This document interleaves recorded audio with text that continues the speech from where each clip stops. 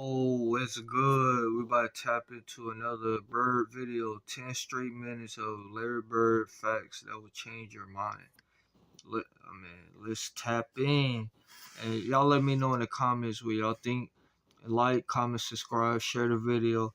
Let's tap in. IQ, Larry Bird was a force to be reckoned with on the court.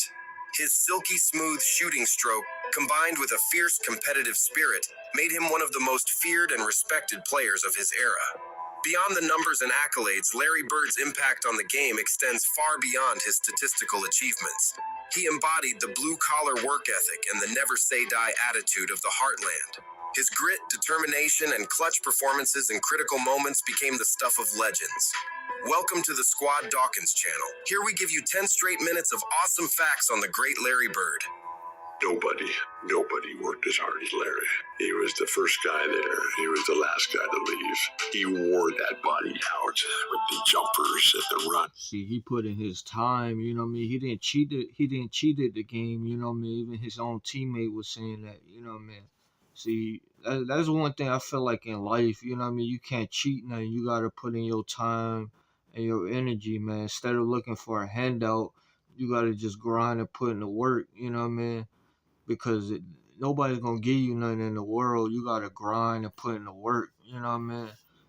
You feel what I'm saying? It's just like with YouTube, man. Like, you know what I mean? You got to put in your time. You got to grind. You got to put out good content, you know what I mean? The content that I put, I feel like it's decent, you know what I mean? But it could get better, you know what I mean? I could be real with myself, but at the same time, it's with anything you do in life, you know what I mean? You got to put in that time, you know what I mean? You got to really sacrifice certain things. You got to just say, you know what I mean? I have goals. There's certain things I'm trying to get to, you know what I mean? But Bird didn't cheat the game, you know what I mean? He put in his time, his energy, you know what I mean? And he put in his minutes, you know what I mean? Come on, man. The movement and the concentration and the focus and the discipline and the sacrifice. He had it all. Larry Bird dominated his era, and no fact may better prove that point than this one. For 6 straight seasons from 1981 to 1986, Bird was either the MVP or the runner-up, and he also finished in the top 2 spots in 7 out of 8 seasons from 1981 to 1988. Larry Legend is the only person in NBA history to win league MVP, Coach of the Year, and Executive of the Year. From the 1984-85 season through the 1987-88 season, Larry shot 51.7% from the field, 41.4% from three-point range, and 90.1% from the free throw line. That means Larry Legend doesn't just have a 50-40-90 season on his resume, but he has a 4-season stretch of 50-40-90 percentages. During that stretch, he averaged 28. You know what I mean? That's how you know he was a cold shooter. 49-50% shooting percentage. Your favorite players is not even doing that. You know what I mean? They shooting poor percentages and all type of stuff. You know what I mean? That man was scoring, cold shooter, all around game. You know what I mean?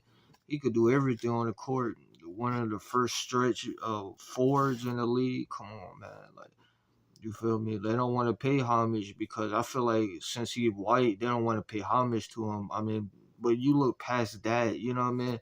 The man could hoop. He had game, you know what I mean? It's not hard seeing what, you know what I mean? You could look at highlights and you could have easily see he could have dominated today's era with ease, you know what I mean? And ain't nobody would have guarded that man in today's era, you know what I mean? You know what I mean? You would have even dominated and look twice as better in today's league, you know what I mean? Because it's so soft and so cupcake, you know what I mean? How they play in today's league. 1 points per game. Other than the great Steph Curry and Kevin Durant, no player has ever scored that many points per game in a single season while putting up 50-40-90 percentages. And again, Larry did that over a 4-year stretch. Larry Bird has one of the greatest performances of all time that people don't talk about quite enough. Officially, only 4 players in NBA history have ever achieved the incredible quadruple-double, and Larry Legend was very close to joining this elite few. It was on February 18th, 1985 against the Utah Jazz. According to Larry himself, this may have been the greatest game of his career, as he poured in 30 points, 12 rebounds, 10 assists, 9 steals, and 2 blocks on 59.1 shooting. The Celtics were destroying the Jazz in just about every aspect, and at the end of the third quarter, they were leading by 22 points. Due to this, Bird didn't even play in the fourth quarter. That means he almost put up an insane quadruple-double in only 3 quarters. Casey Jones was the Celtics head coach, and when he realized early in the fourth quarter that Larry was only 1 steal shy of the historic quadruple-double, he asked him if he would like to go back into the game, but Bird refused and said he already did enough damage. His shot was just so perfect, and not only was it perfect, my mother-in-law nicknamed his jump shot Silent Death, because when he shot it, the ball just rolled in the air, and it was almost like it was playing a song, the way it was just moving in the air, and then it would just swish through. Larry shot 37.6. I mean, his jumper was a killer. It killed people. It shut people down. His jumper was just too nice, and it looked like his jumper will always go in, like the way he shot it. I mean, he had a good, he shot it real good, and then he knew how to present the ball in the hoop. But yeah, man, that man was just too ice cold, man, wet. Percent from three-point distance, which is an even greater percentage than Damian Lillard's, who now many people are putting in the conversation of the greatest shooters of all time. Larry was also much better from three-point range in the second half of his career over the first. The reason for this is because Larry's rookie season in the NBA was also the year that the NBA introduced the three-point shot, which was 1979. This means that Bird wasn't practicing the 3-ball throughout his years in high school and college. Instead, he literally developed his three-point shot during his years in the NBA, and he hadn't mastered it until the mid-'80s, which drastically affected his career percentages. On top of that, Bird was an even better shooter when it mattered the most, as he shot 42.2% from three-point range over his career in the NBA Finals. That finals percentage is greater than the finals efficiency of both Steph Curry and Klay Thompson. This guy, I think he was born to play basketball. Seeing him come in and making the adjustment early, taking a team that had won 20 games the year before, next year, they're 40 plus, and the next year is 60. Larry Bird had one of the best rookie. Dr. J, man, he was cold, man, cold dunker, man, one of the best dunkers in NBA history. Even he paid homage because he played against Bird. And see, when you actually witness it and played against, you're gonna have the most respect, because you can tell right there somebody could hoop. He could see Bird could hoop. He was a bucket. He was a winner. That's one thing I respect. Like, they pay homage to the players they played against. They could tell they really hoop. Like, Bird was just too nice. He was a winner. He did everything on the court. You feel what I'm saying? Anybody could see that. You gotta go back and do your research about Bird, man. If you don't think that man could do everything on the court. Campaigns in recent memory. Even if he came when he was supposed to compete with other elite stars like Kareem Abdul-Jabbar and Julius Erving to win an MVP award. The forward averaged 21.3 points and 10.4 rebounds per game, while also showing the capability to dominate defenses.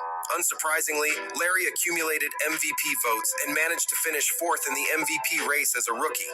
He immediately turned the Celtics franchise around. A year after winning 29 games, Boston, with Bird leading the charge, won 61 games. Bird won Rookie of the Year, shooting 47.4% from the field, 40.6% from three, and 83.6% from the line. The Celtics had yet another superstar in their history, but this one was seemingly a little different. At age 23, Bird only finished runner-up to Kareem, Erving, and George Gervin in the MVP race. In the 1980-81 season, a year after making the Eastern Conference Finals with rookie Bird on the squad as the best rookie in the league, the Boston Celtics once again had their star for the season. Bird went out with a bang, competing in 82 games. The forward's numbers were very consistent, as he posted 21.2 points and 10.9 rebounds per game, while leading the Celtics to the best record in the East. No team could stop the player when he was cooking as a scorer, passer, and rebounder. The Celtics ended up defeating the Houston Rockets in the NBA Finals, which capped off an all-time great season by Larry and his first NBA championship. Bird finished second 3 times before he finally captured his Yeah, man. Like he beat Hakeem and Ralph Sampson, man. Yeah, man. Yeah, man. Bird was just too nice, man. I'm telling you, man. He don't get paid homage, man. I'm telling you, he don't get hurt. The Len Bias situation, and then Reggie Lewis, and all that. I'm telling you, the landscape of the league would have changed. You know what I mean? I don't believe it would have been a cakewalk for Jordan. You know what I mean? When he started dominating it, because he started dominating the league, 91? You know what I mean? See, all that would have changed. You know what I mean? If Bird didn't get hurt, you know what I mean? Len Bias situation, because they were saying Len Bias back then was like the first LeBron James. You know what I mean? I'm telling you, the landscape of the league would have changed. You know what I mean? Telling you, like they would have had a run for Jordan, you know what I mean? Because even Jordan early on couldn't beat Bird, you know what I mean? It looked like, you know what I mean? Like Jordan early on Jordan was a bucket, but Jordan couldn't beat Larry Bird early on in his career, you know what I mean? He couldn't. That's a fact, you know what I mean? So I believe Bird could have, man, what? Bird would have most definitely gave Jordan a run for his money, you know what I mean? Because Bird was him back then. Bird would have still been him in the 90s, you know what I mean? If we keeping it a buck, if he didn't get hurt, you know what I mean? well-deserved MVP award. Bird's stat line during the 1984 season was incredibly complete with 24.2 points, 10.1 rebounds, 6.6 assists, 1.8 steals, and 0.9 blocks per game. As expected, Bird won his first MVP award and also winning in 7 games against the Los Angeles Lakers in the NBA Finals.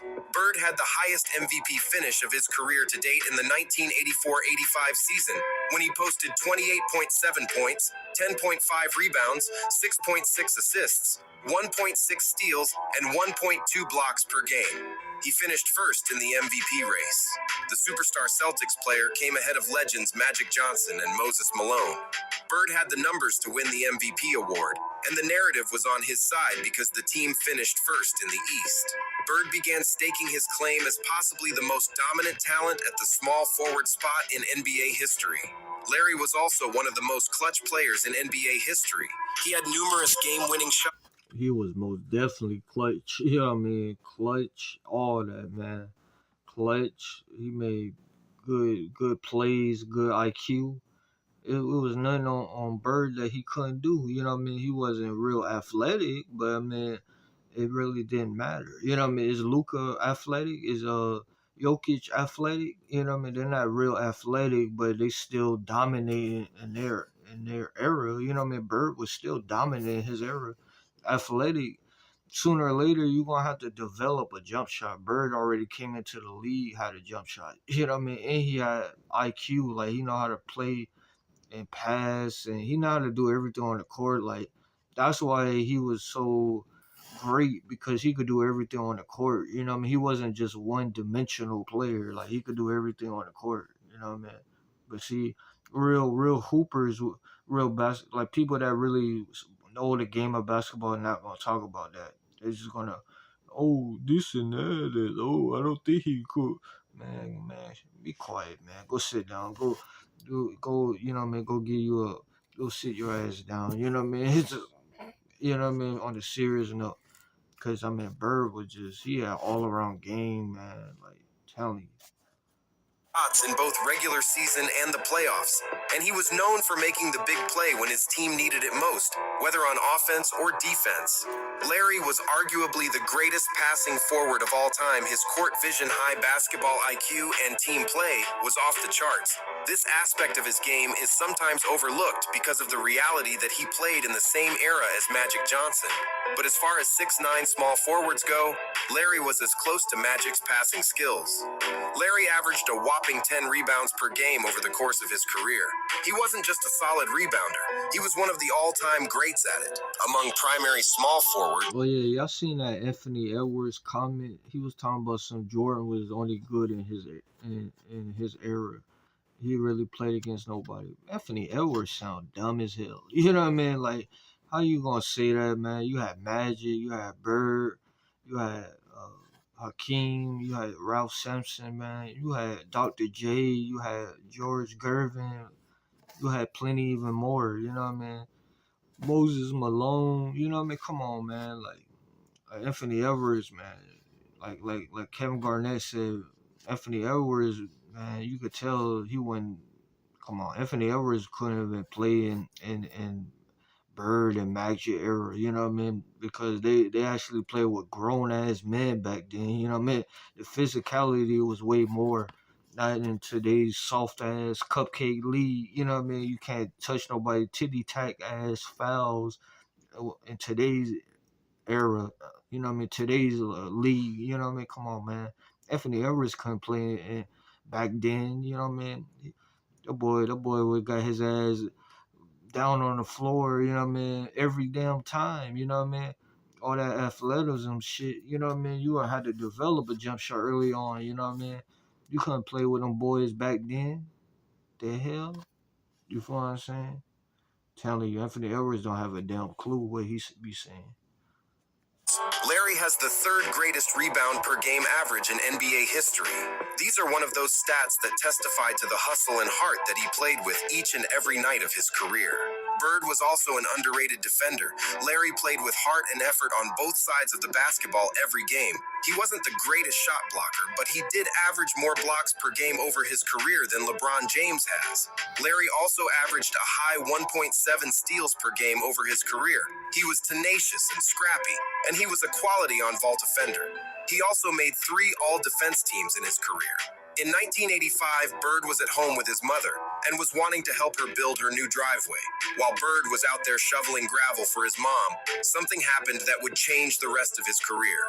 Bird brutally injured his back, which would then be an ongoing battle with pain and spasms for the rest of his career. Ultimately, these back issues would play a part in Bird leaving the game earlier than many other athletes.